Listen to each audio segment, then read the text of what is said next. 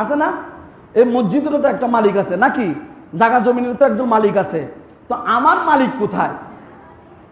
আমি যে আমার মালিকের এত্তাবা, আমার মালিকের ইয়াদগারি করি, ওই ওই আমার মালিকটা কোন জায়গায় আছে?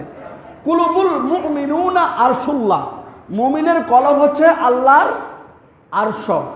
তো আল্লাহ যে মুমিনের কলবের থাকে, কোথায় থাকে, কিভাবে থাকে আমি তো জানি না, আমি তো বুঝি না, আমি তো দেখি না, সেটা কিভাবে জানবো, কিভাবে বুঝবো?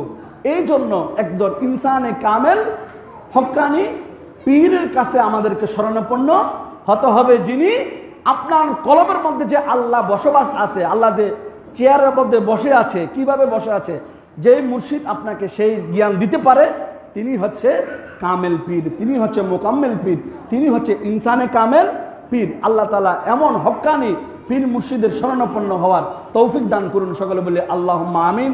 আজকের যে ইমানের গুরুত্ব সম্পর্কে আলোচনা করেছি, আজকের এই ইমানের গুরুত্ব আমাদেরকে সকলকে বুঝার তৌফিক দান করে বলে আল্লাহুম্মা আমিন।